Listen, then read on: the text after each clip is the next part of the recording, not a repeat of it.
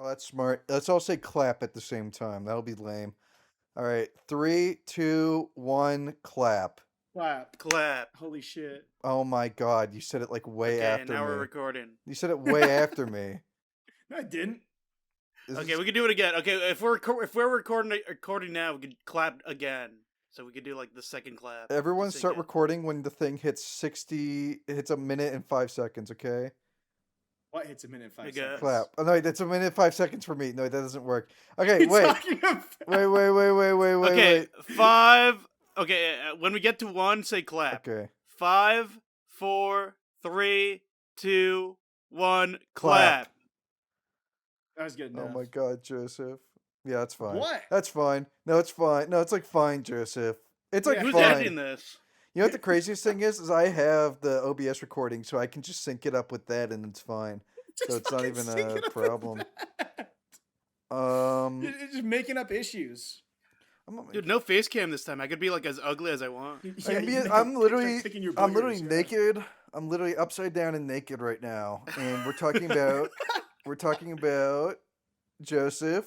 We're talking about Lee Joseph. Kuan We're Yew. talking about Lee Kuan Yew. We're Lee talking Kuan about Yew. the freaking Lee Kuan Yew, our favorite American hero. we're talking about. And this is my special episode because I said. How many years ago, Larry? Did I even know you, Larry, when I said I was doing going to do the history podcast? I think this was like before, like you even graduated college. It was I think before you I thought of this idea. Well, guess what? The planning the- was immense. We weren't even like friends. Like we Yeah, weren't even friends. We weren't. Then, I was think. peer reviewing your paper and giving you a bad grade. And you won't be after this. In my defense, I was better than like 90% of the other papers there. You were. Was he? No, he was. No, there were some stinky, smelly ones. I've seen the papers you've graded. No, there were some real bad ones, dude. There. Yeah. Joseph, So what are we doing? Yeah. today we are talking about in the spirit of the upcoming 250th The anniversary semi-quartercentennial. of these States United. Yeah. If the upcoming at the time of recording this, I don't know when this is going to go up. day after. But it better not be. Listen. I better That'd be I funny. should get it. It's a podcast. Like how hard could it be? How You hard indict could it yourself, be? But go on. We said this last time when we recorded the original. Yeah, but nobody concept. that never came out, so it doesn't matter. Like that didn't Doesn't even count, happen. Yeah. That is true. That is That true. never even happened. We're talking about I'm talking about. I don't know how much especially Joseph knows, but Joseph and Larry know about the early republic of the Yeah. United States. I mean, Joseph dropped out of high school. Joseph dropped out of high I don't know if you school guys knew this. and middle school and I did elementary not. school. So he's really going in here blind. But I've been working on my big fat thesis paper, and this is the time period I've been researching. And so I want to talk about it because I want to make some money off of it, all that research I've done instead of just having blown a bunch of money on a college degree. It was worth it. So, Joseph, Yeah. get us started. What do you mean get us started? It's your time. Joseph, What, get dude, us the started. early. Joseph, What, I don't even know what Get us time period is started. the early republic. Get us started. Joseph, dude. get us Shut started. up. Joseph, Alright, this it is all your started- thing. Yeah, Joseph. How did it begin? How did it all Joseph, begin? where did all it all started- begin? It all started when John Paul Jones went over to England and he said, "What's up, guys?" And he started blowing up a bunch of ships, and everyone loved It him. didn't begin there. Okay, so the early republic is the immediately following the ratification of the Constitution, up until about the War of 1812, I would say. So that well, I guess like That's the maybe Madison's presidency, not Madison, maybe Monroe's presidency too. But I thought it would end at Jackson. Well, no, I'm just saying, like the early Joseph, republic period. you didn't do the research, Joseph. Joseph, you dropped out of elementary school. I'm just saying he's wrong. You dude. literally said you don't know what the time period is, and then I give you the time period. Hey man, I'm if the you're one confident- defining this. And you know what? if I'm you're not even doing confident- the whole early republic because I've only done in-depth research for part of it. Starting. Hey, we're all listening. We all listening, man. Don't worry. Well, it wasn't. Now you put like pressure on me. Now you made it weird. Now you and made now it the weird, vibe is all Joseph. off. You made it like weird and sensual, and you're ruining it. But so basically, in the spirit of the 250th, I want to take us back to the earliest era of American politics, except for the parts that are earlier than that. And we're gonna start with everyone's favorite freaking president, Alexander Hamilton and George Washington. Alexander Hamilton was a Treasury Yes! Secretary, Joseph. You see, you actually thought when I Yeah. said They he made was a a play president, about you him. believed that. They made a play The about him. musical, Joseph. And you They love gassed him Hamilton. up. You love They Hamilton. gassed him up. I hate Hamilton. Okay, so this is how I'm gonna get started with my Hamilton hatred, dude. They're like, Okay. dude, they coped about Hamilton. Is basically what I'm saying. They So coped? Hamilton's like this guy, right? Um, and they're like, oh, dude, he's like this, like like he's built himself from the ground up. He's like, well, I actually don't remember much from the play. I Would you say he's honestly, like overhyped? I Like bet. at that point in No, he's time, do not you think he's like overhyped. He's just overhyped? hyped up in the wrong way because Hamilton was like he was a big deal. Right. He was a really big deal. So he was like, served. Well, he was. Everyone knows like the song except for me. But they like Yeah. his origin story song. Joseph, why don't you recite that real quick? I couldn't recite it, but give me a Why? couple days. I'll get back to you on it. You know it. You just watched Hamilton. I did just watch it. It was better than I thought it'd be, but go on and why Hamilton It was is so a good you don't blasphemy. remember anything. Yeah. Sing it, sing it. He was from one of the British island colonies, as you know, Joseph. And he eventually ends up in New York, ends up joining the Continental Army, becomes aide de camp to George Washington, and becomes one of his most indispensable uh, allies, right? And another So it's without a doubt that he's like a talented guy. That well, like he's he's like super talented. He's super he's talented. smart. He's super He's intelligent. super yeah. intelligent, especially when it comes to systems management, and that's what he does as Treasury Secretary. But it's also what he does um, in terms of state building in general, both at the Constitutional Convention and in making his arguments in favor of the Constitution in the Federalist Papers, and definitely during his time as Treasury Secretary, where he is kind of running around acting like George Washington's prime minister, going around getting his fingers in all the goings Old ons dirty. of the other cabinets, the other cabinet positions, the other offices. And Was Burr he actually like his equal? Because like it kind of like in the his play, it's kind of like equal. him and No, he's not like his like equal. he got like a So rivalry. no, like They Burr do present it that way in the play. Burr Yeah. was a savvy and like unprincipled political operator in New York.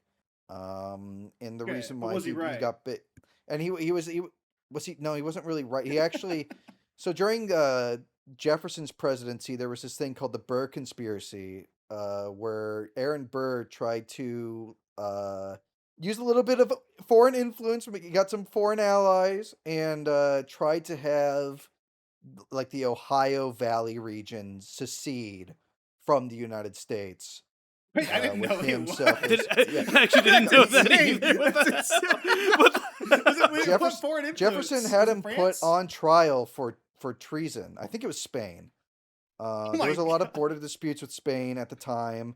Because up until like right before the Louisiana Purchase, Louisiana was actually owned by the Spanish, and it Right. was given back to France by the Spanish after And Napoleon Napoleon's didn't brother care. took over. Yeah. Well, no, he took over. Well, he did care until the revolution in Haiti, right? Because like the whole thing with Louisiana, it was going to be a state. It's very underpopulated.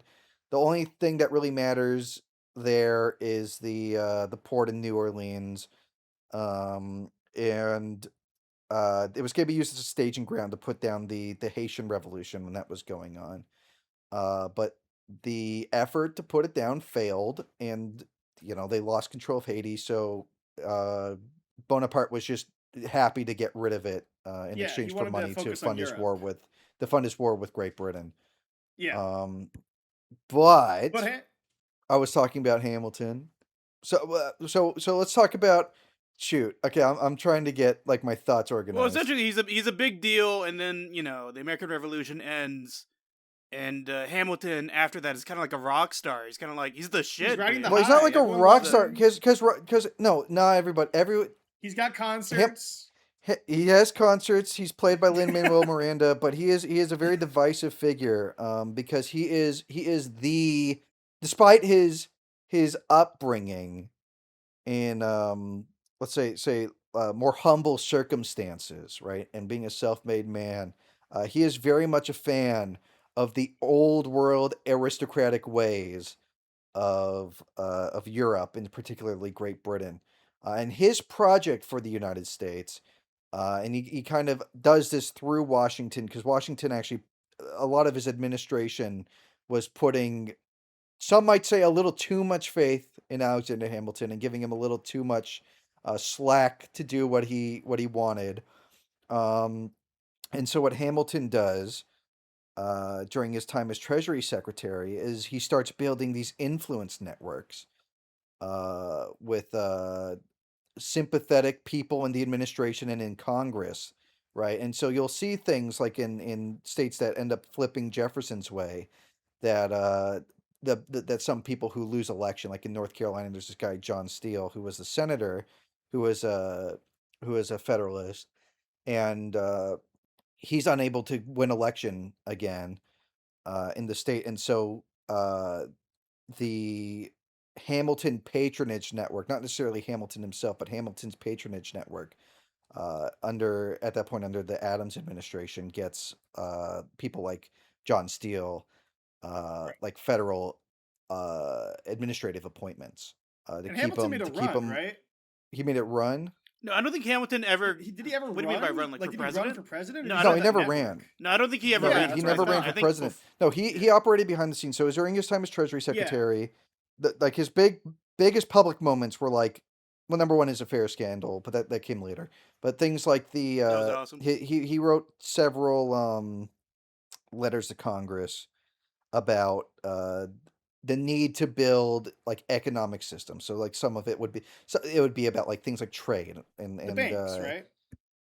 there was the Bank of the United States, which was his most controversial, but there was also not necessarily in favor of protective tariffs, but he wanted to do things to encourage manufacturing, and usually that would be things like a bounty system, where you would pay people to conduct certain manufacturing business, not necessarily putting on protective tariffs to protect already existing Like a bonus, infrastructure. like yeah, you go make Well, some it'd be a shoes or bounty. something. It would be a bounty. Like, A I'm gonna bounty. start like a textile factory, and you would get paid. Oh, like a The idea grant, is you'd like a get paid a grant. certain, like a grant, and Okay, like yeah. So states it's would like do how they that. got like yeah. States would do that too. A lot of the time.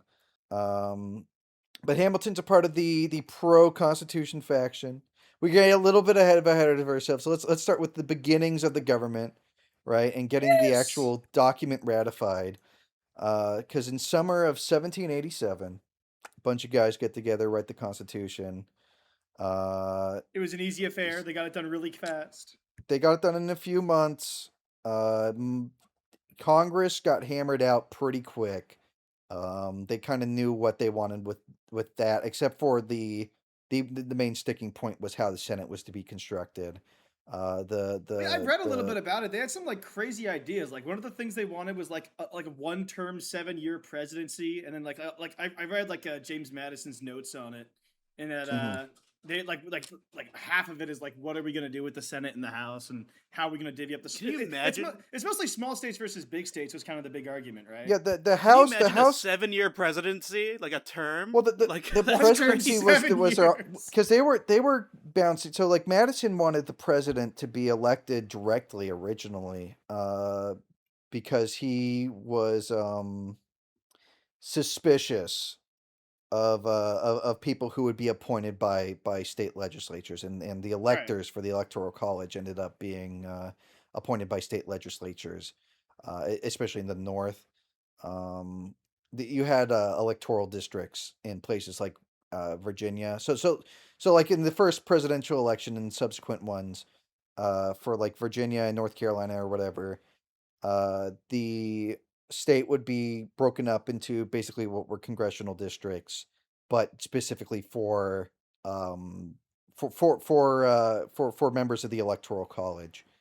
For And the so if presidential election. Yeah. and it's kind of like how like Nebraska or Maine does it now. But there were you still would not vote. You would not vote for like president, and then they'd pick an elector who would vote for the person you voted for. You would just pick the person in your community you wanted to vote for president on behalf of yourself. You elected the electors. I know that one of the compromises he actually was quickly struck down was that the governors would elect the president, which would be like the most insane system if we had that today. It's That Mhm. would suck. just That would 50 suck. people elected the president.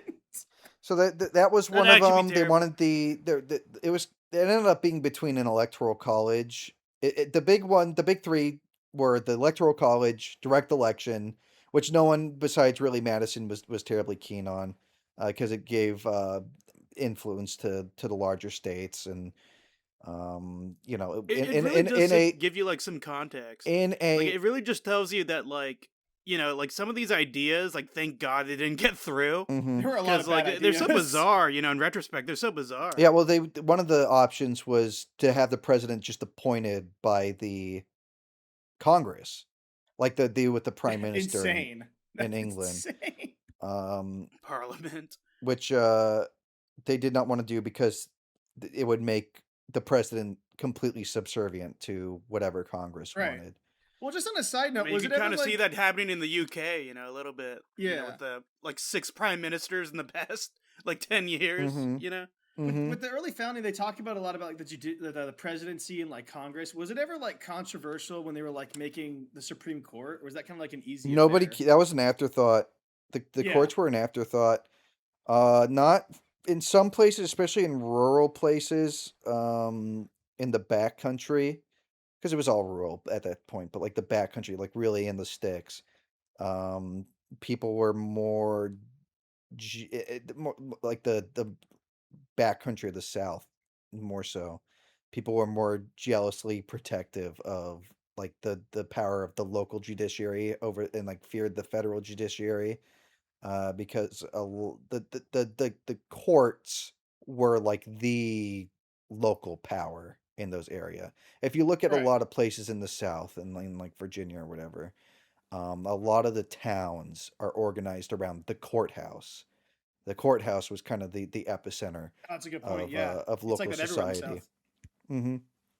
And but they do the electoral college, and there's compromises like having senators included in the total number of electors or whatever. But it took them a lot to actually get to that point. That was one of the more heavily debated points.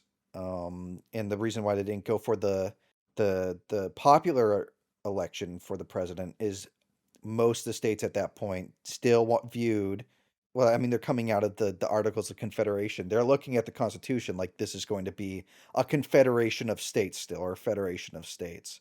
Like a bunch It's of not. nations coming together. It Yeah. is not. It is Can we not take a a unitary republic where everyone votes Can we take a for. quick peek on the Articles of Confederation? Because there's a reason why the Constitutional Convention happens, Hmm. is because the Articles of Confederation are really It's terrible. bad. It's terrible. You know, They can't they're collect really taxes. bad. They can't Well, do anything. so They can't. so there's a rift between, because everyone agreed that the Articles of Confederation were not meeting the needs of the country. Inability to collect taxes, no standing army. Like there was no way. The big thing that everyone cites is Shays' Rebellion in Massachusetts, where And weren't the states raising armies like against each other? Like it was like really like divided. there were border disputes. Like the main thing. Well, let me finish the Shays' Rebellion first before I go off on another Of tangent. course.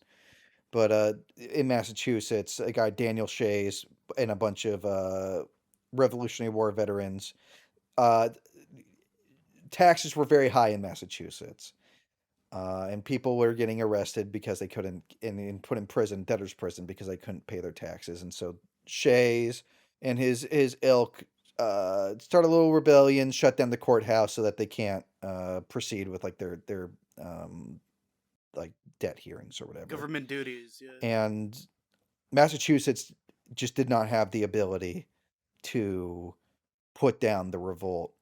And so the idea would be is that then maybe a higher power might be able to intervene and handle the situation. But of course, the Confederation government, which was the Congress, which was just it was one body. There was not two houses. There wasn't the House and Senate. It was just Congress, and the states would send a delegation, and each state would get one vote, which is something that many states wanted to keep. All the smaller states wanted to keep. They had a president too, right? It was just like I just feel like Well, the president just from that era is he was a overlooked. president. He was a president in the sense that he presided over the Congress. Like But he was pretty useless. he was probably closer to a speaker of the House. That makes sense. I get Than it. than Essentially, anything. the states were way more powerful, and the federal government was incredibly weak. Well, there Super was weak. no federal government. I mean, to most of the states, it was more of an alliance of convenience. I mean, Jefferson even had the Mhm. expectation that, a bit after the Revolution, and once things had settled down enough, the Confederation might be abolished just because it had outlived its purpose. So is it like the EU kind of? Kind of like that's the thing it's usually compared to is like the EU. I Okay, would say probably weaker than the that's EU. crazy. Oh my gosh. And like the army that they could call in is like militia. They could call in states to like to offer up their militia, but the states of course didn't have to do that. Which means they But what didn't. was? I mean, not to get too off topic, but what was even like the because it was after the revolution. Did they just need a government in there, just for like the temporary? Well, no, the 'Cause Articles I of can't Confederation, I imagine. think the original articles were cooked up in 1777, but I think it took till like sometime, I think maybe 1781 for the articles actually to be ratified. So Did they that was implement it as a controversial in and of placeholder, itself. or was it Not as a like this there was government's no gonna be awesome? no, there was no it wasn't a government. That's the thing. There wasn't like, oh, this is a government. No, it was a league of friendship between 13 republics. That's what it was That's supposed to be. I just never And thought of it like that. Yeah. it was made without any expectation that there was going to be a federal government, like to take a different government to take its place. And when a lot of people were criticizing the Articles of Confederation, they were doing so with the expectation that the articles might be amended, and improved, but not that there would be an entirely new constitution. And so a lot of people, because the proceedings of the Constitutional Convention were actually private, and like the record that Madison kept was published, I think, a fair bit later. Nobody had access to the actual debates as they were happening, and so when the convention ended, and they show this document for a centralized government of any sort, a lot of people who had maybe been in favor of the convention quickly soured on it, which is why not Adams, Hamilton and Madison, and to some extent John Jay, had to do a lot of legwork to try and convince people to ratify it. And that's why like the first parties were the Federalists and the Anti-Federalists. That was like the big debate of the time, was like whether it was like Oh, acceptable. Well, and that's where we get the Federalist Papers, I think, yeah, as well, right? the Federalist Papers. That's Madison, Hamilton, and John Jay. John Jay only They wrote were like writing. 9 of them. He only wrote a few of them, but they were written specifically to the ratifying convention of New York, because that was that was where Hamilton was at, and if a state like New York doesn't ratify, then it's not gonna work out. A lot of states were extremely hesitant even when they did ratify.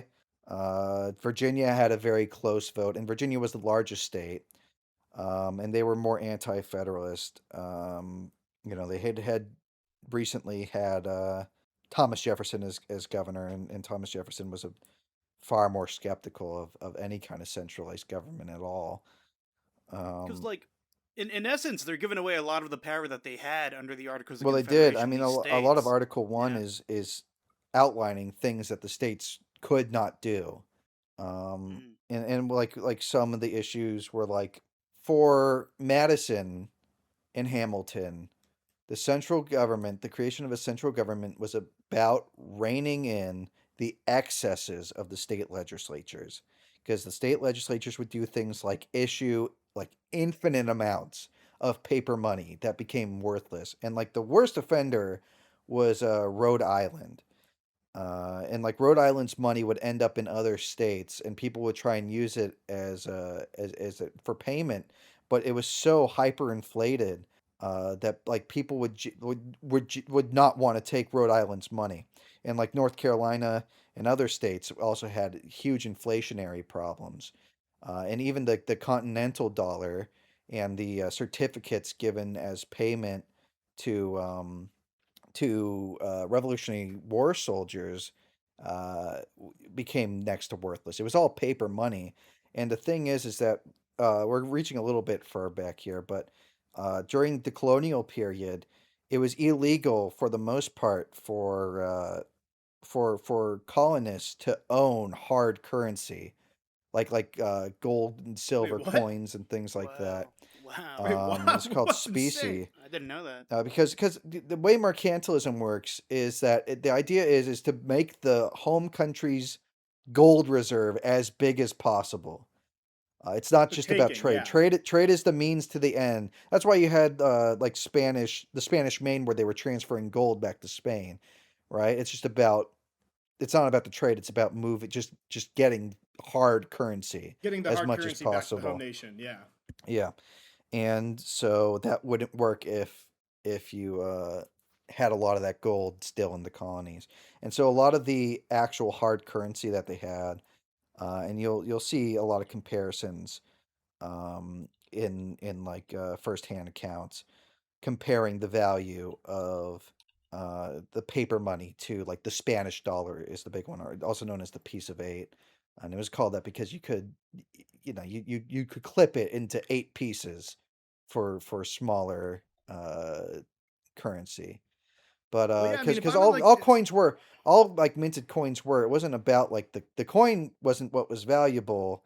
Like a quarter is worth a quarter now, regardless of what it's made of. But back then, it was like a Spanish dollar was just like it had the value of a dollar because that's how much gold was in it, right? So if you wanted to break that into change, you would literally just break the coin up in the smaller pieces. Um, yeah, we should get back to but that. That's awesome. Wow. but Breaking Spanish down like coins. the Spanish like things like the Spanish dollar and like Dutch currency and things like that. Uh, those were more common than any kind of British coin. Wow. And so if there was hard currency, it would be that. And so for the most part, they had to issue paper currency. Sometimes it would be backed by things like I think Virginia at some point backed their currency with tobacco. Um, That's awesome. That's Based. so big. Awesome. I'm smoking my backed currency. That's great. because it's what they had. It's what they had to that was worth anything. That's what That's they had that was stored up that That's was worth that's anything. that's so Such a funny though. meme. It's worth more than money just tobacco. And so like you'll have like records of like states like making these huge tobacco purchases and things like that because it was something that would hold its value relative to the So paper money. And so there's like clauses so against the printing of paper money and things like that in the Constitution. And that kind of gets subverted later because the states start creating their own state banks, in opposition to the Bank of the United States that Hamilton throws up. And they start issuing their own currency. And then you have a bunch of private banks that issue their own currency. And you'll have like banks springing up on the frontier or whatever, like in Detroit and things like that, where nobody lives at that time. And a lot of times they're just fraudulent. Like people will use their money or whatever. Like they'll print IOUs, right, or whatever. And then they circulate as bills, and like each bill is like worth a dollar's amount of gold, right? And then at some it point, really shows that like how flawed the articles, or I guess like how it was back then in the mhm. 1780s before the summer of 1787. It really was, we just defeated the British, but the government is so like I mean, what's a word to describe it? bad. I guess flimsy. Yeah. Everything is very flimsy. It's Yeah. just like Well, it's we not even did flimsy. this. It's Let's see if this non-existent. works out. It just doesn't Well, I think, even like, Yeah. exist. if I'm someone in Virginia and I see someone with Rhode Island money and it's like hyperinflated, how are they supposed to know the like exchange rate? Like, how are they even Well, they supposed to keep track wouldn't. of that? They wouldn't. They wouldn't. And sometimes they wouldn't even know that. Like when I was talking about the Detroit Bank or whatever, right? Like frontier banks, where they would have no gold stores, to back their currency with, right? People would trade them, and they'd be worth as much as they said they were until someone decides to go and try and exchange their money for the actual gold or silver or How whatever, much gold you got in there? and they have none, and then the bank collapses, and then all the currency that's been circulating becomes worthless, and then you get like a financial crisis, like localized financial crises. um but yeah, money's hyperinflated. Actually, so Rhode Island, that the restrictions on the printing of paper money uh really struck a chord with some states and did not and really pushed them against immediate ratification. So at the time of Washington's election, only 11 states were even a part of the Union, because Rhode Island had not ratified, um, and North Carolina rejected the Constitution. Really? Was the only state to do. Yeah, it rejected it. Well, it How chose. close? Do you know how close the They vote was? chose neither to reject or ratify it, and chose to wait basically make a list of demands. Um, So the and it oral wasn't farming. close. It was not close, by the way, Joseph. North Carolina We was think oral about farming. Yeah. they were, they were, they did ratify it in but we think about 1789. this kind of provides more context for the first words, in the preamble. We, the people of the United States, in order to form a more perfect union. Mm-hmm. It I think it kind of provides more context, being like, yeah, the before the union wasn't really good, or it wasn't even existent. Yeah. In order to provide a government that's actually functioning, we should create this. That is what the And so Constitution another is. thing that caused a rift between the Federalists and the Anti-Federalists was the idea of we the people establishing the federal government, because the Anti-Federalists would have it that it is a federation of states, and that would be its sole purpose, or its primary purpose at least, and instead driving its authority directly from the mass of the people. Um, Facilitates this idea of a more unitary, centralized government. And so Well, so many of the ratifying North Carolina, one of them, uh, took issue with that kind of phrasing. I mean, I feel like you would think that the people would be more like willing to form this like unitary government because I mean, you also have the like lots of threats of foreign influence. I mean, this is like early America.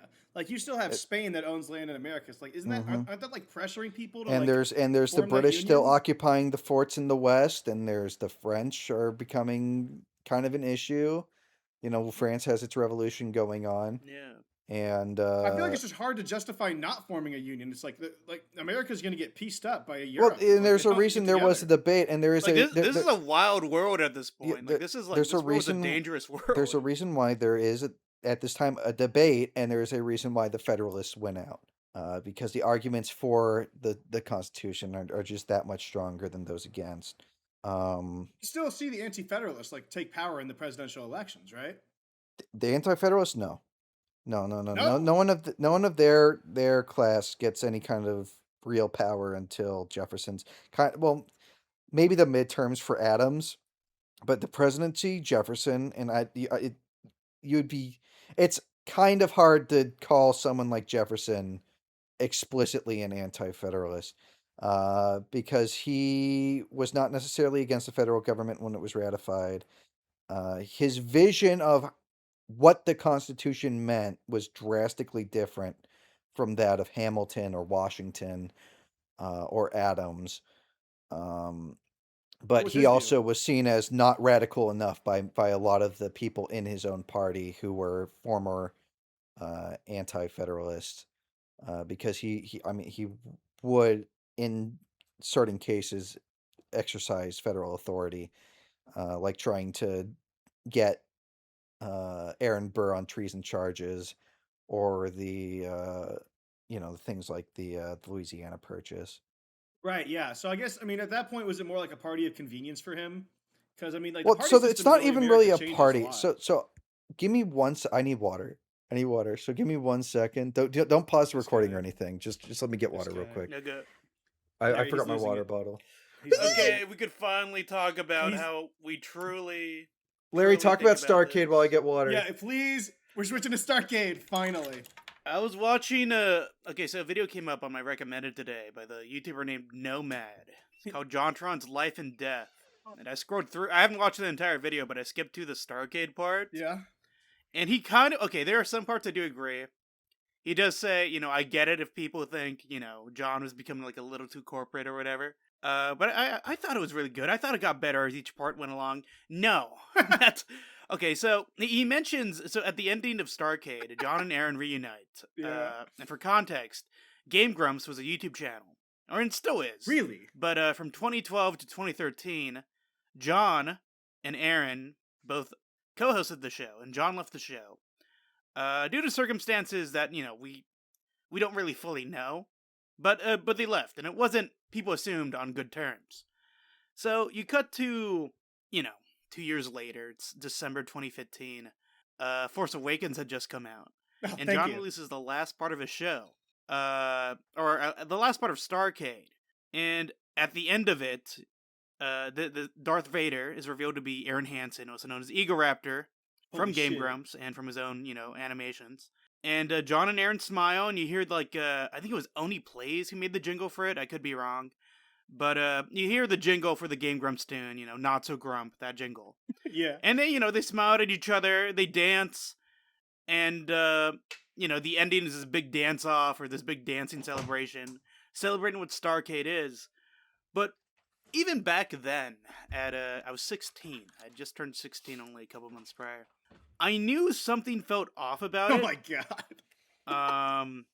I feel like you just everything surrounding the aftermath of John leaving Game Grumps was so secret. It was. It was like so like secretive. So for them to like boil it down to let's all dance and see we're good guys, like You haven't given a reason to What why happened Starcade then? is bad, though. You haven't given What a solid happened? reason. He just gave it. He just gave it, No, Joseph, no, and he that's why didn't. you're No, a he didn't. no loser. soul. It literally every time I've said it's been no soul. There's no soul. That's it. You just don't There's have no it, soul. man. Okay, back on topic though. Back on top. I want to talk about. I think we should describe. I should describe the difference between the Federalists and Anti-Federalists, because nominally, going up into the Revolution, they came from the same strand of political thought. They would all call themselves Whigs, leading up to the Revolution, and what that refers to is, for some time, since the late 17th century, British politics was dominated. English politics was dominated between the Whigs and the Tories, and the Tories were the King's party, and the Whigs were the more liberal parliamentarian party. And part of the Whig platform in the United States, one of the things that they thought was most important was their inherited rights as Englishmen, right? And if you leading up to the Revolution, it's like what is the number one issue that they all have with the Parliament in Great Britain? It was that they were ignoring the rights of the colonists as Englishmen, and the unequal footing in representation in Parliament that they had, despite being Englishmen. The kind of like the idea of universal rights, like the right, Right, yeah. that come out of the Declaration of Independence, are a distillation of the rights of Englishmen as conceptualized by like famous Whigs like John Locke. Um, it is taking those English rights and kind of universalizing them, because that's something they really had to do if they were to become an independent country of people who are no longer English. Then they would not be entitled to the rights of Englishmen, and so you universalize those rights. Even after the Revolution, did people feel like they were still Englishmen, or what? Like, when did that American identity like come up? Well, after the revolution, most people would think of themselves as citizens of their state. You know, they're like they call Got themselves it. Hmm. Americans by virtue of living in America, right? And as a juxtaposition to between themselves and like the British, right? To like distinguish Right. themselves from the British. But there isn't Yeah, real. I feel like after the American Revolution, I feel like they'd be more urged. I mean, they probably knew like a family member or someone who had died in the Revolution, Mhm. or they themselves served, where they're like, I don't consider myself a British person anymore, you know? They wouldn't Or consider themselves British, but they wouldn't consider themselves like necessarily American. You know, and it's not like the modern U.S. like the army isn't like the modern system where you like kind of get people mixed from all over the country intentionally. You know, to kind of breed out like regional uh like differences and making like cohorts um, regional cohorts. Like you would have your local militia from your like your region of your state, right? And they would go and fight a war. Maybe usually it would be they'd be more concentrated on the home front. Things like the Continental Army, you know, by and large, was New Englanders. You know, they're not mingling that much with Southerners. Most of the war for independence uh, at least with Washington's army was in the north. He really only turned south towards the very end into Virginia. Um, There's just a lot of state identity, kind of, even like before and after the revolution. it's not even a lot. It's just like there's not really a unitary identity in the country, and part of the Federalist program was to create that. And this is something that comes up with a lot of countries when they unify. Like Germany, when it unifies in 1871, a lot of their like public programs, like their public education system and things like that, were created with the purpose in mind to kind of plaster over the regional and cultural differences. Like in like many of the German states spoke different dialects of German that were not super mutually intelligible. And part of the reason you had a public education system there was to teach them all the same standardized Uniform version German. Yeah. of the German language to plaster over that kind of thing. Um, and so it's like the same thing with Hamilton's system and Washington. Like Washington, like they do things like while he's president, right? They have like make his birthday like a holiday, like on the level of the 4th of July. Uh, because he's like supposed to be to an extent like the avatar of like the American people, like the physical embodiment of America. Like he's called the father of his country while he's still alive. You know, he like people bring up that he doesn't have any kids and like Providence sought fit that he should not have children so that he could be the father of his country or whatever. He's like a war hero, North and South, beloved by both. Um, Was he and universally beloved though? Because I know he had some like weren't there some issues or like there, I mean, anti-Washington factions?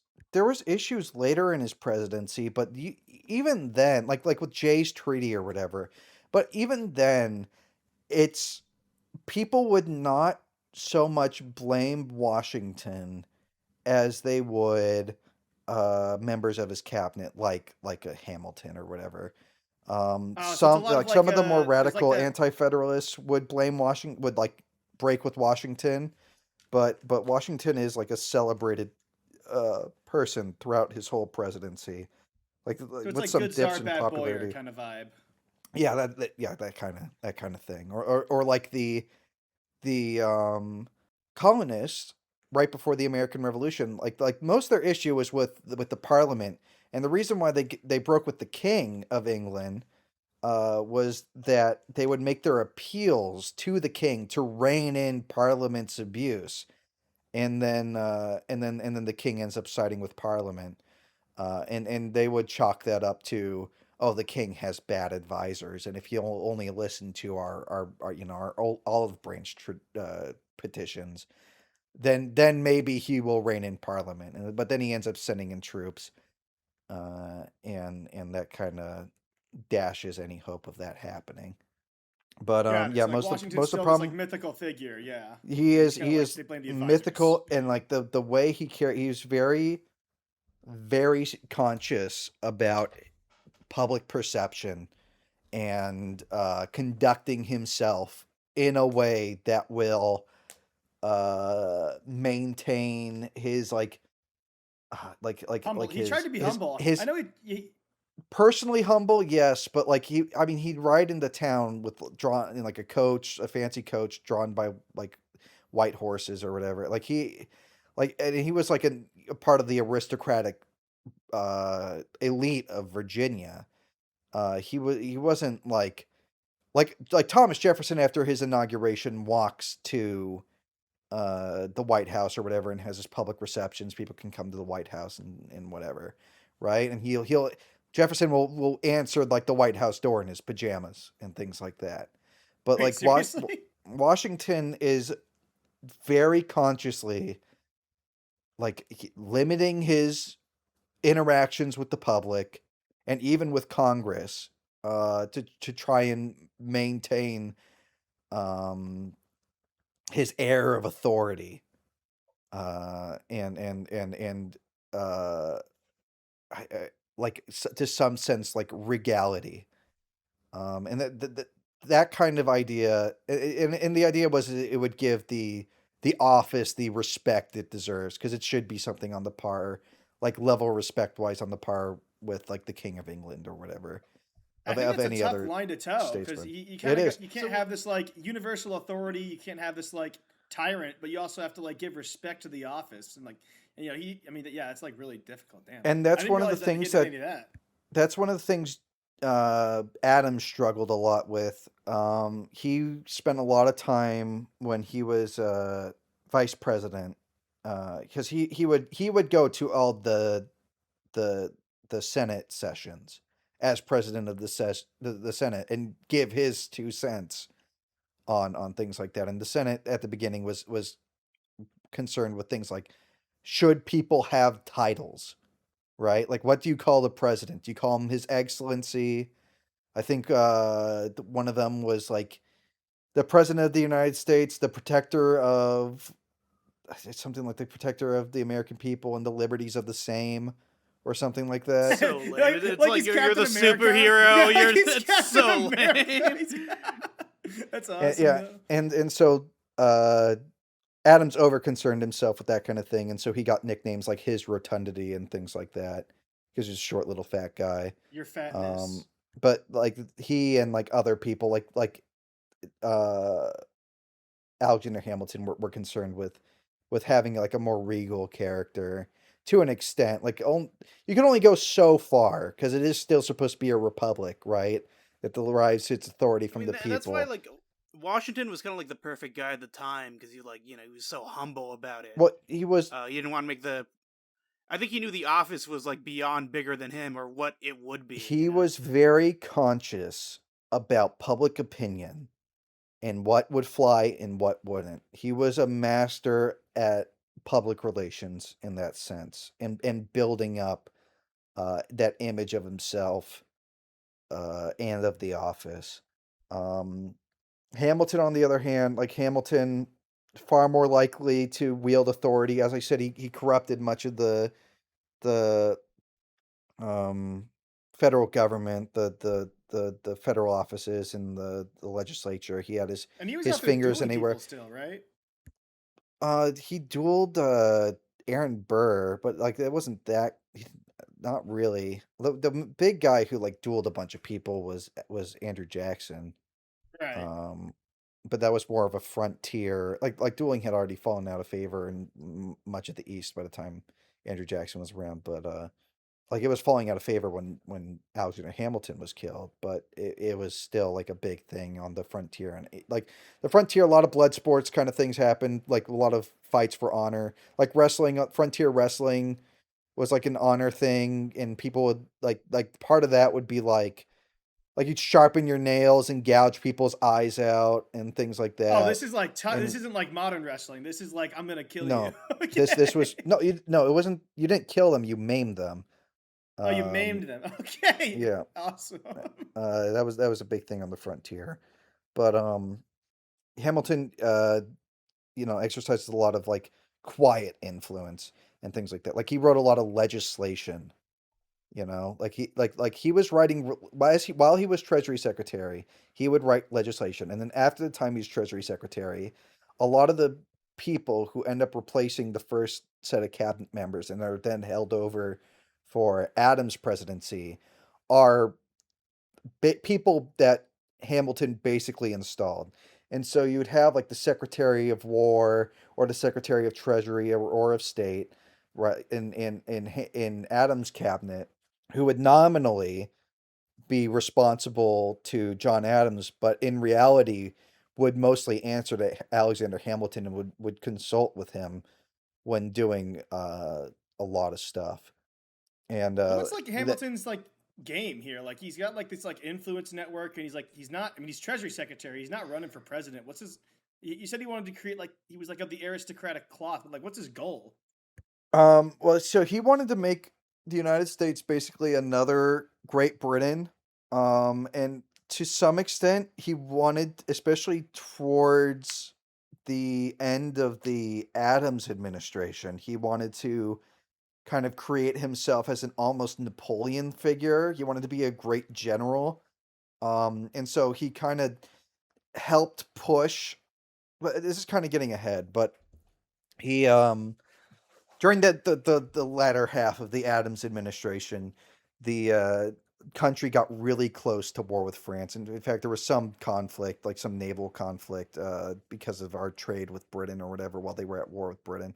A bunch of problems with that just before Napoleon took over, and it was called the quasi-war, and um, there was fears that we were going to go to war with France, and so they passed a bill to fund a new standing army or at least enlarge it, um, and to like construct a navy, right? And so like the things like the USS Constitution and those ships were contracted during this quasi war with France, and Hamilton he was kind of a larper, and his Okay. big larp, was he wanted to be the great military commander who would be the head of the army and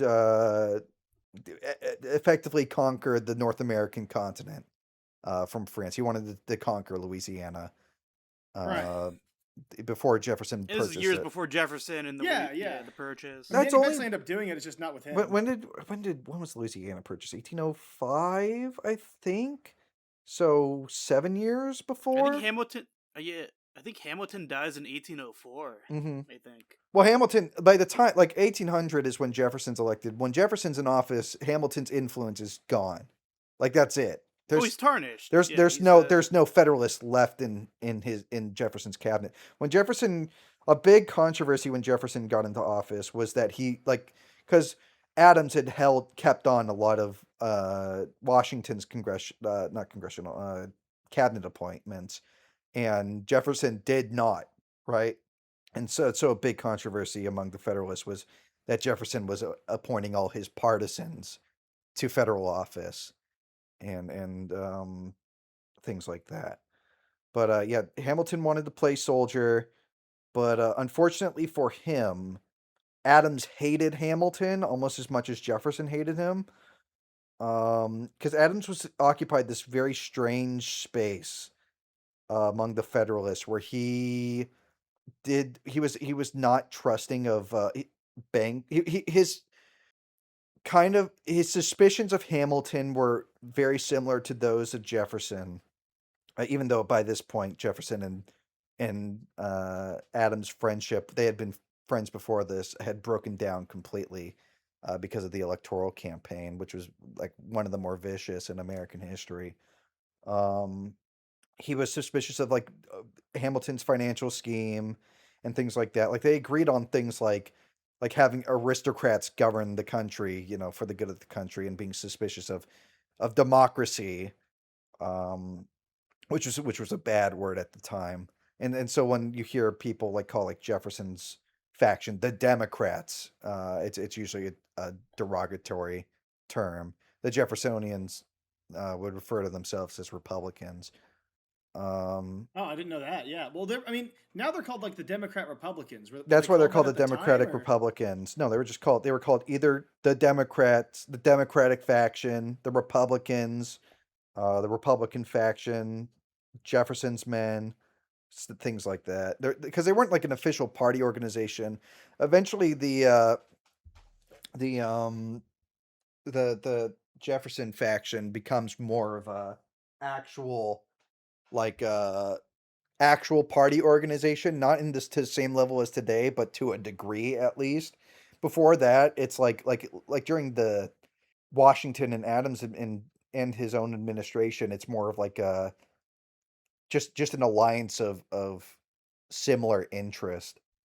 so early America doesn't really have political parties, like organized like No, machines. no. That only comes around in Is that a like more Andrew modern Jackson? sense with Andrew Jackson.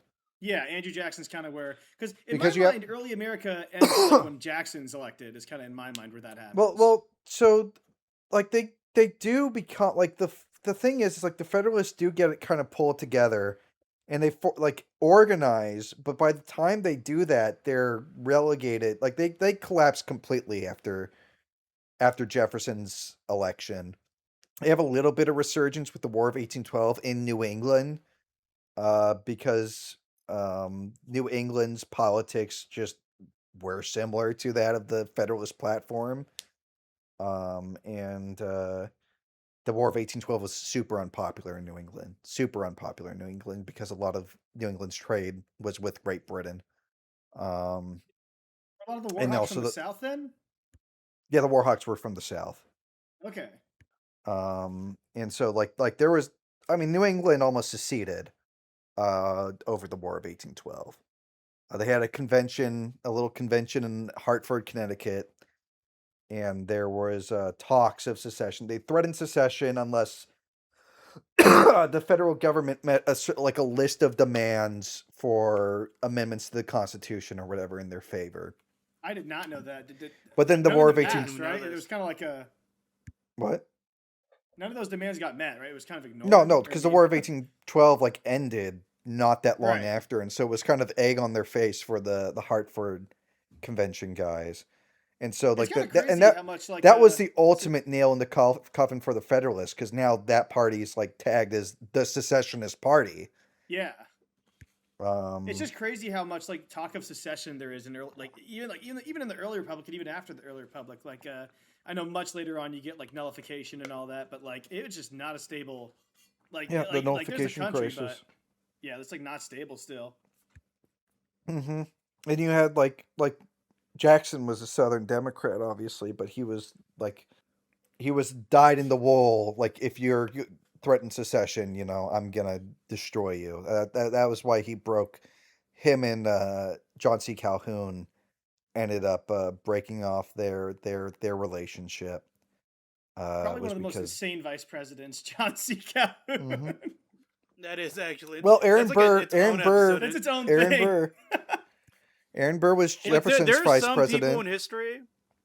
There are some people in American history, like you could make like a full Andrew Jackson episode of these things or something. You could. Or some of these people. You could. I mean, a lot of the stuff we're talking about now, we can make full episodes of, but we're just going off the cuff right now, just talking about stuff. America 250. America guys. 250. We aren't we don't use the Articles of Confederation anymore. So you may think things may be bad, but keep in mind John it could C. always be Calhoun worse. was vice It could always be president. worse. There's been a lot. I mean, Yeah. the Jefferson's election was an absolute nightmare. People thought there was going to be a civil war in 1800. This would have been the third president in, and people thought there was going to be civil war because, number It was one, a split, right? It was split up. the the campaign between Adams and Jefferson was vicious. This is when newspapers really became a part of the electioneering machine, right? And you'd hire like you'd hire like newspapers and journalists to argue in favor of you, and oftentimes people would try and use like state office to support their guy. So like Jefferson hires uh he starts hiring people into the state office. Well, he's Secretary of State, who are like partisan newspaper journalists, but he hires them as like a translator to get them on his payroll so that they can focus on working on their Nice. partisan political newspapers in his favor. Yeah, I think one of the misconceptions that we have is that like back in the day, like early America, there was like this like nonpartisan press and there was like a lot of Mm-mm. decorum. When in reality, it was like some of the most vicious politics you can find in No, American no, history, and most almost biased all newspapers is in early America. all the press, except for in very rural areas, was hyper partisan. In places like further in the South, North Carolina, because it's my thesis focus, so I know this. Most of the newspapers were not terribly partisan or talked about politics because they were just so local and so disconnected from the federal goings on, and their reader bases were so small. And oftentimes they were just owned by Federalists. Like for the most part, those newspapers were owned by Federalists too. Right? Yeah. But then you'd have like state printers or whatever. A lot of the states would have like an official like publication, like The newspaper Republican, that like the Democrat. Yeah. and they would hire their partisans and get them on payroll for And things you'd have like like that founding too. fathers like calling each other secessionists and like dueling each other. Well, they call like what was there was like the famous one about Adams being hermaphroditical in character, Yeah. Like a big that's his having own thing. like not Yeah. having There the was no strength of a limits. man nor the grace of a woman or something like that, and things like that. There was And it's no like, limits, man. They would say anything. and then like people like and it was especially vicious because the election of 1800 was seen as this existential crisis. The Federalists are like the anti-Federalists are going to take control. That's what they're thinking. Like Jefferson's going to destroy everything. This psycho, he loves the French, right? And the French were almost at war with France right now. And Jefferson loves France. He loves the French Revolution. He thinks it's the greatest thing ever. While he's ambassador to France. He participates in the drafting of the Declaration of the Rights of Man. That's Uh, insane. You're ambassador to a country and you're helping write their like The revolutionary revolution documents. heading back to the U.S. right after. mhm. And But the 1800 election. No, going back to it, it's kind of crazy because at first it's Adams versus Jefferson, but then it goes Burr versus Jefferson. Mhm. You know, it's a twist to it. Josh, do you care to explain how that happened? well, I want to finish my thought first on because I want to finish like the Adams versus Jefferson half first. Mhm. And so that was the fear. It's like, okay, we're getting like the psycho French radical where they're chopping everyone's heads off. We're getting that guy to become president. And there was like this diverging worldview between them, where Jefferson's Enlightenment philosophy was more inclined to think that people were naturally good, while and that the state was constraining their ability to act in the right way, and that like the federal government was tyrannizing them. Um, because part of the Federalist program was to make the federal government as involved in the life of the average person as possible. Because if you're Really? interacting more with the federal government, then you'll feel more of a sense of national unity and being a part of this country that is called the United States of America. And that project would be ruined by Jefferson's more hands-off version of government. And That's then insane. It's a line of thinking you'd never think of nowadays, just because we're like a birthed nation now. But like actually having to establish that there is a federal government and you live under it. That's kind of it's a nation insane. build. It was a Yeah, it's nation nation building building. Yeah. project, and and then uh, the Jefferson Party is like, oh my God, the Federalists are trying to turn us into the United Kingdom, or even worse, take us back to being subservient to Britain, because a lot of the Federalist program was predicated on having a strong trade relationship with Great Britain. And then the Jay's Treaty during Washington's administration, which was meant to avoid another war with Britain as hostilities were increasing, try and keep us neutral in the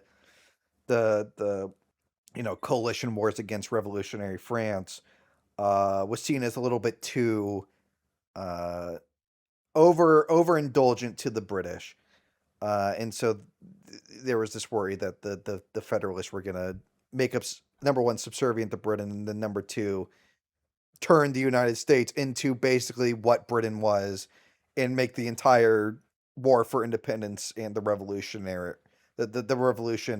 pointless.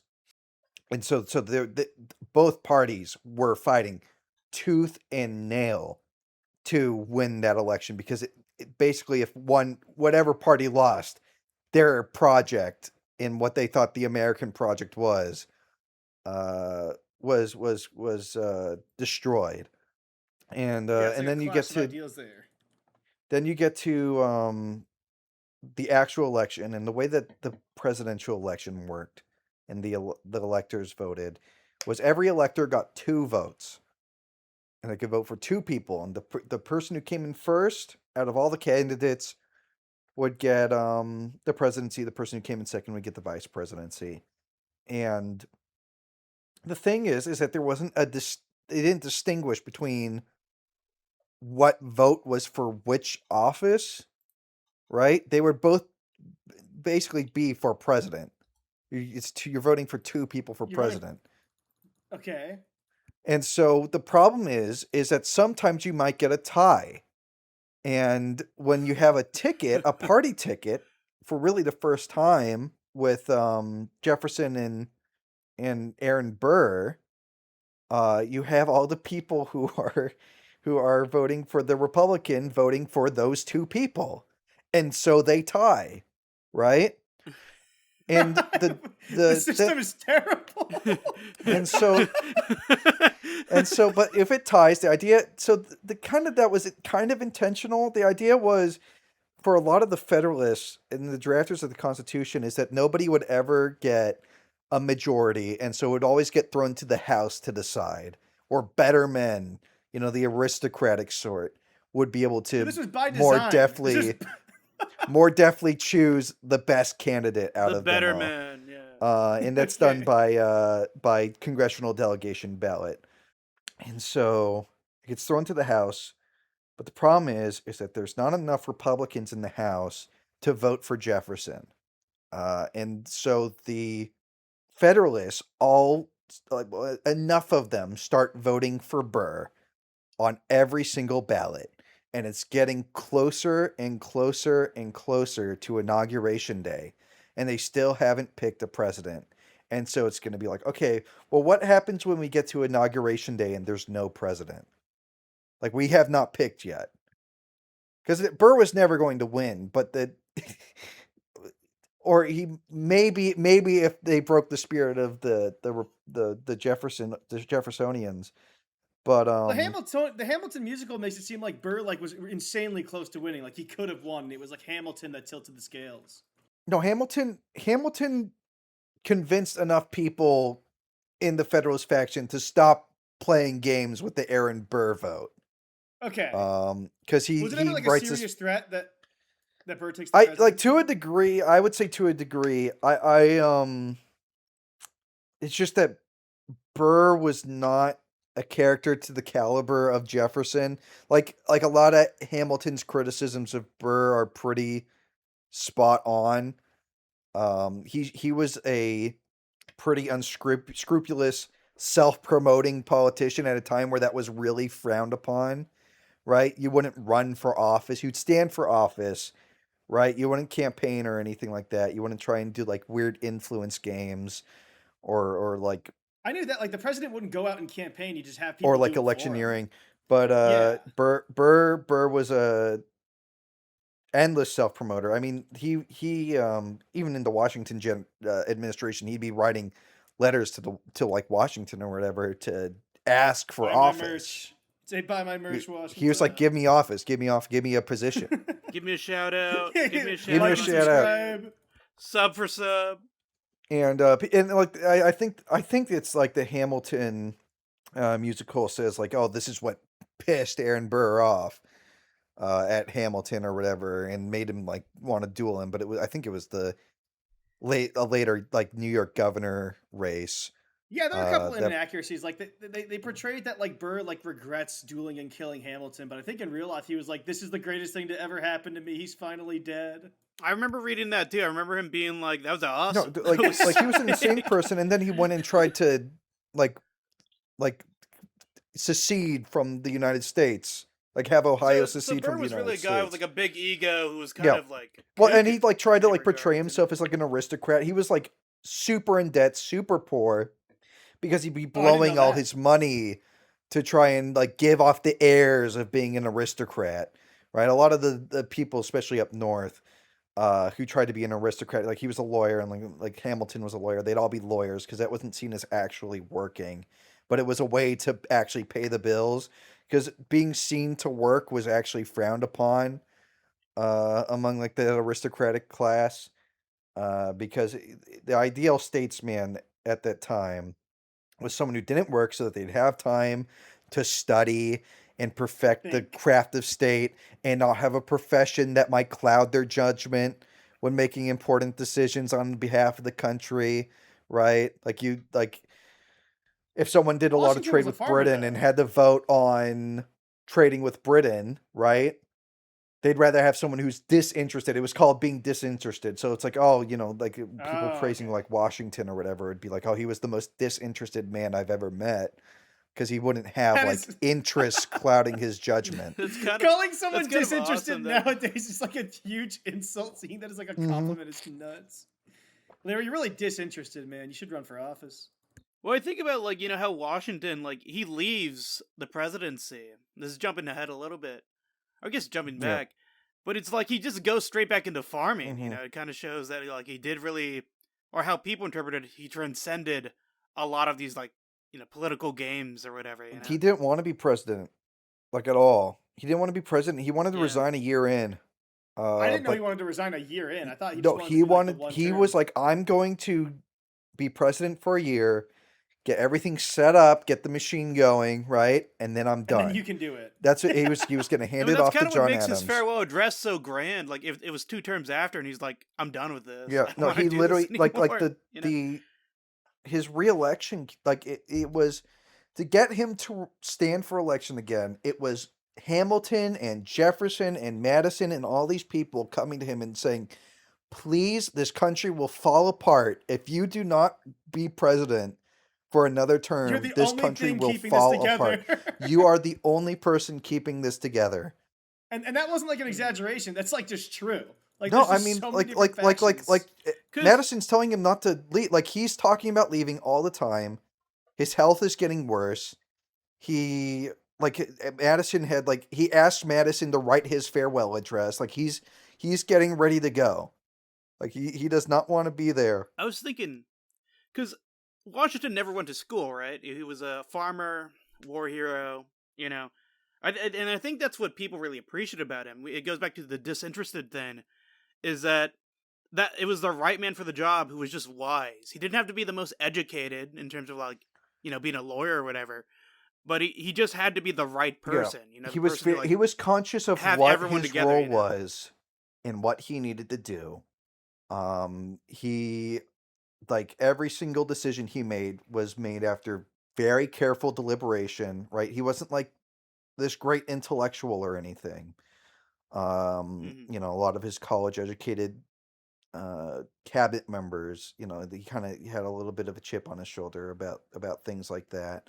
But he would consult with everybody and anybody about every topic, really give it as much thought as possible, and then he would make a decision and he would own that decision.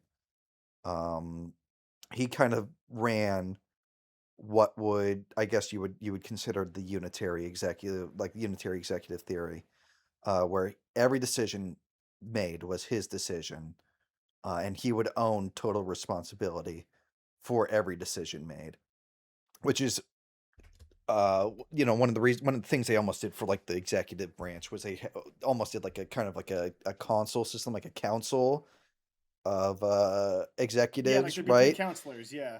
Yeah, and the problem with that is that if something went wrong, it would become a blame game between all the counselors, and so the reason why you'd have a single president in Washington played Square into this role blame. so well was that they would have to own everything, and Washington did own everything. Like Jay's treaty was super unpopular with a large part of the country, but he thought he did what he thought was right, and he owned it. Hmm. Wow, we could all stand to be a little more like Washington. Am I am I right, guys? Shut up, I mean, Joseph. that's why we're approaching 250, but in the past 250 years, there's been nothing but just respect to the guy. Well, there's nothing. You know, it's There's never just been anyone. He was the perfect person at the perfect time for the role that he played. He wasn't the greatest general, but he was he was He was George the Washington. That's just what it is. he was the greatest I think it's creation character. Yeah. of because there was the way that Virginia's aristocratic planter society at that time functioned is it was supposed to be a system that churned out like aristocrats, right? Like the idealized aristocrat. And oftentimes that would not be the case.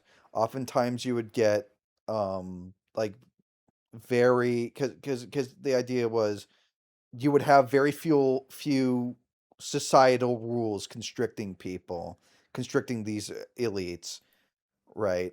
And they would have to learn self-control in response. And most of the time they did not. But with Washington was did come out the other end in kind of that like idealized like form, right? He was constantly conscious about his public image, Well, he right? wrote a book about it. Like he's got like the rules of civility and decent He had behavior. horrible anger issues, right? But he never let it flare up publicly, and he tried to keep it down privately, right?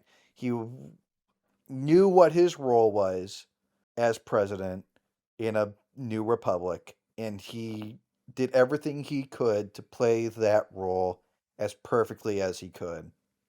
I'm You know, it drinking shows water. like during the American Revolution in itself as well. Uh, what was the military back then? You know, it was disorganized.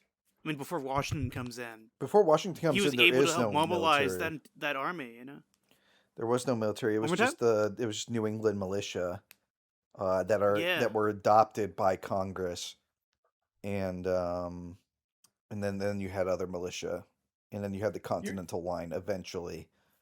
That went through all the states, but that didn't last past the Revolution. So did America not really get like a formalized military until like what was it, like the 30s or the 40s? Because obviously the Civil War comes up, but like when does America get that like an actual army beyond militia? the Quasi-War. Oh, the quasi-war. Okay, The yeah. Quasi-War, they passed the bill, they fund an army. Hamilton gets his little army to play around with. But this is back on when I was talking about how much Adams hated Hamilton. Um, Hamilton wanted to be put in charge of the army really, really, really bad, and he had all his cronies in Adams' cabinet uh, push and lobby Adams to appoint him. But Adams hated Hamilton, and so he goes to George Washington, who this is 1798, so Washington dies a year later. And he's like, Washington, will you come out of retirement one last time to be in charge of the army? And Washington says that he will, with on the condition that Hamilton is made his second in command. And then Washington ends up deferring basically all the authority to Alexander Hamilton anyway. Um, wow. And so the army really becomes Hamilton's pet project. And then as like a final act, sabotaging Hamilton's like grand military ambitions, uh, Adams sent a secret peace delegation to France to negotiate with the Directory of, I think it was the Directory of France at that time, uh, to get a treaty out that would keep the peace between the U.S. and Britain, which means Hamilton wouldn't get the LARP as like a great general or whatever. No, his dream.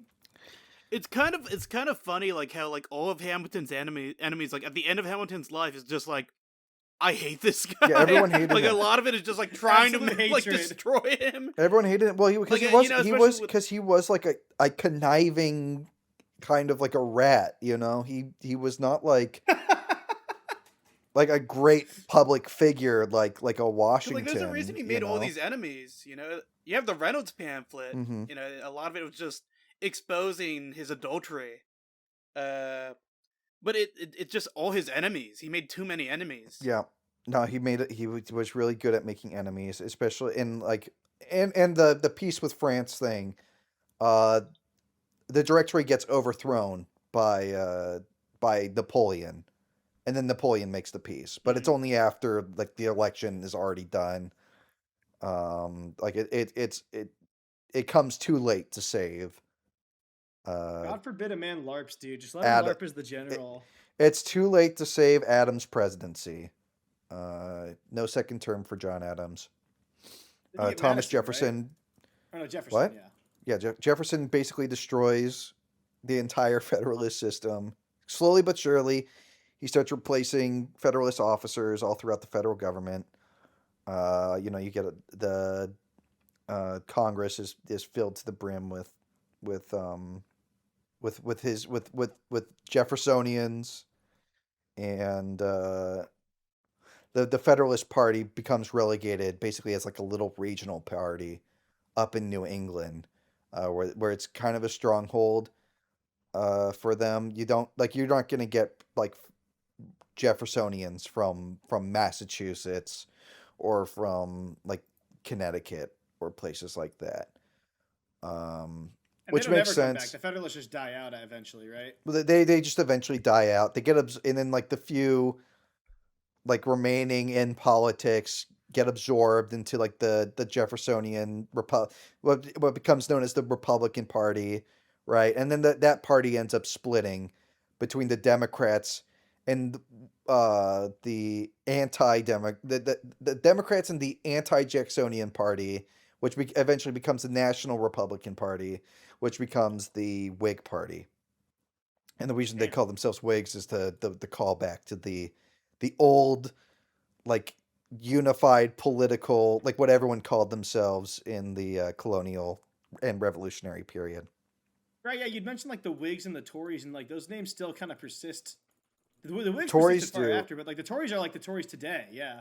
Yeah, the Tories are still like in the UK. That's just like a colloquial term just for like the Yeah. Conservative Party.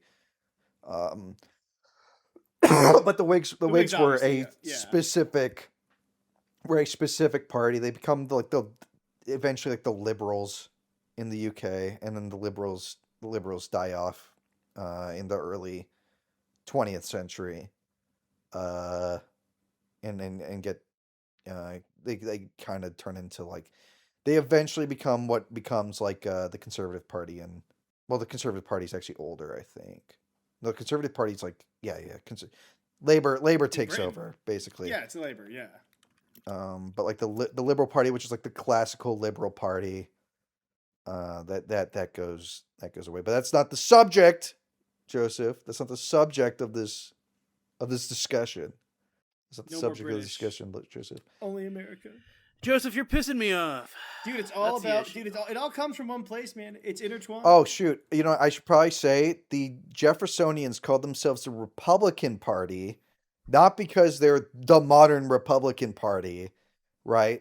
But they're called because they were in favor of republicanism, like having a republic, right? Like they would call like the Federalists like Jefferson would call someone like Hamilton a monocrat or someone in favor of monarchy, right? Like a Probably lot of the someone a Federalists, monocrat. a significant portion of the Federalists like thought that like eventually the United States would have a monarchy. Jeff like the Hamilton wanted uh he wanted Washington to effectively function as a monarch. Yeah, People part were of that early worried that mudslinging, yeah, was that people were afraid of a monarchy. yeah that there was going to be a monarchy, like not just aristocrats but monarchs. Like Adams, to his great political detriment, spoke favorably on behalf of monarchy several times. Um, people You're kind ended of up lucky saying that that Washington didn't have any kids then, because if he did, there would have probably been like a much bigger push for Washington he to kind There almost might of. have been a addressed push for it. Yeah. the fact he had no kids in his inaugural address, I think. As a reason, like to show that he was to show I have no kids who will inherit the country.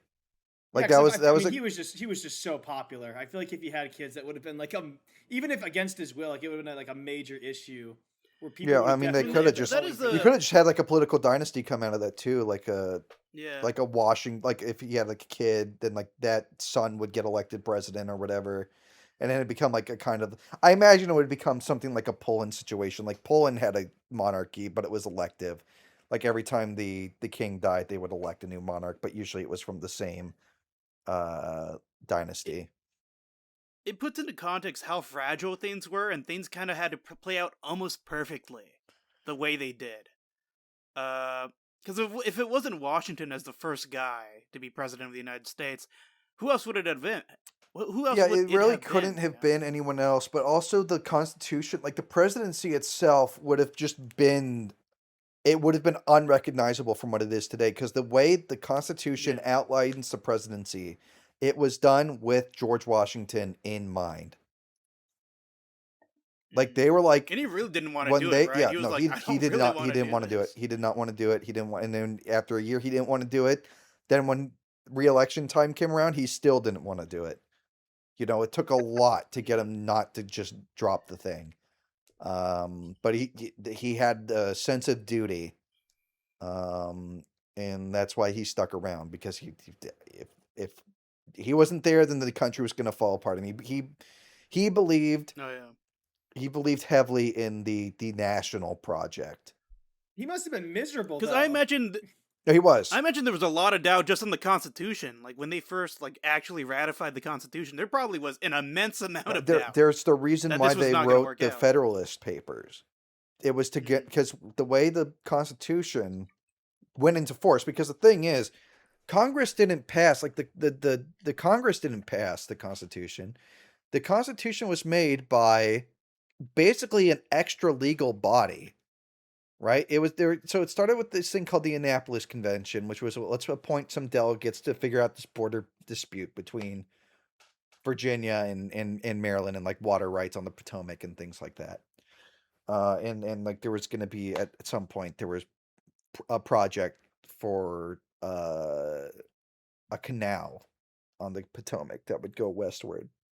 Um, but they were like, okay, well, the we cannot reconcile this through the current system with the Articles of Confederation, and so they agree to have another convention in Philadelphia the following year to revise the Articles of Confederation. And so you have all these states appointing delegates to this convention, but this is all happening outside of the Article of Confederation uh, Congress. And so they're like, well, how do we make this thing legally binding? This new constitution? Well, you have to do it by having each of the individual states ratify it. And I think like 9 was the threshold. You needed 9 states to do it for it to go into effect. And so each state had, and it wasn't even would appoint a time and place outside of the legislature where they would hold an election for a bunch of other people to go and debate and choose whether or not to ratify the Constitution. So those were the ratifying conventions. And so the Federalist Papers were addressed to the New York ratifying convention. And a lot of these ratifying conventions, like eventually when North Carolina ratifies and when Virginia ratified, and I think when Pennsylvania did in New York, they all suggested constitutional amendments. Like even when they did accept the Constitution, uh, they were doing it under the expectation that there would be amendments to it. And when they did amend it, because they eventually did promise, we promise to amend the Constitution and do a Bill of Rights. The big one was having a Bill of Rights, and a big disappointment for a lot of the more radical anti-federalists was that the amendments to the Constitution were just a Bill of Rights. Like they wanted a lot more heavy restrictions on the federal government, and but then a lot of Federalists were just opposed to having a Bill of Rights at all, because the idea was that if you say what rights the people have, then that might create the idea that people do not have rights outside of those illustrated in the Bill of Rights. Well, that's why we have like the Ninth Amendment, right? Because I think that one, the Yeah, Ninth Amendment yeah. says these are not, this is not an All exhaustive rights, list of like not explicitly stated or whatever, are held Are by the still people. out there somewhere. Yeah. They're still out there. Are held to still belong to the states and people. Like, just to Well, the make Bill it of Rights was non-exclusive. supposed to be 12, right?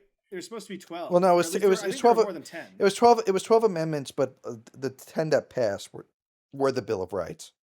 I think the Got it. first article of that bill, which was about congressional pay, was ratified in like the 20th century, because And we just got that, yeah. there's no limit. There's like no expiration date for those. So like the second article. Is that the most recent one? I think I think that's the most 27th recent. Amendment. It's the 27th. That's crazy. Whoa. Well, the So story that behind was passed by actually- Congress, Larry. That was passed by Congress during Wow. Washington's administration. The story behind that is there was this guy who did a paper in the 90s on like unratified amendments and how it could still pass today. And he did specifically on the pay amendment. And he got I think he got like a D or whatever in his college class. And he was like, this sucks. I'm going to prove that you get ratified. And he basically spent his entire, I think he spent like 2 decades going around to state legislatures and getting it passed. And eventually he just crossed the threshold and it quietly passed and ratified. What? And the college did the college did change his grade after the fact to an A for the paper. It took 20 years later. Actually, you're right. That's The story sick. was something. It's That's something like that. awesome. Yeah, it goes something like that. Yeah, but no, that happened. That's the most recent amendment. And so there's like a push right now to try and ratify Article 2, which would what is like it would make like a Is that the apportionment 3,000 one? member House of Representative or something. 6,600 members of the House, because that ratified. It's the Congressional Apportionment Amendment. Basically, it says Oh my there's a god. congressional seat for every 30,000 people. Which, would have been fine back then, but now it wouldn't create like a super legislature bigger than China. Could you imagine what that 6,000 building would look like? seats. Like in there? The Senate would be so small. I don't think it's And the House would be 30,000, but massive. it's not, because they could raise the I think the No. 30,000 was a minimum. It was 1 to 50,000, and then upon reaching a certain population number, every 40,000, and then 1 every 30,000. But the max is already reached for 1 to 30,000, so it would create like a super massive. Okay, legislature. yeah. Which would be insane. Like the Electoral College basically would be blown up. Whatever it's like of Well, that. I think when it comes to the Constitution, we also gotta, talk about the interpretations of the Constitution. That is the Federalists, Anti-Federalists, like how things would be viewed. The fact that the Bill of Rights are in there to see whether or not the Constitution could be flexible. Which, in the past 250 years, we've added a bunch of amendments, 16, 17 of them, I think. 27. And I think a lot of them have met the needs of when they were needed, say, like, after the Civil War, the 13th Amendment. Some that are even, like, kind of dumb when you have the 18th Amendment and the prohibiting of alcohol or whatever, which eventually is revoked. I think it meets the time when they are needed, I think. And I think that's what's the issue smart about the of Constitution. constitutional powers, right? So that wasn't even originally, the idea wasn't to even have that adjudicated by the Supreme Court.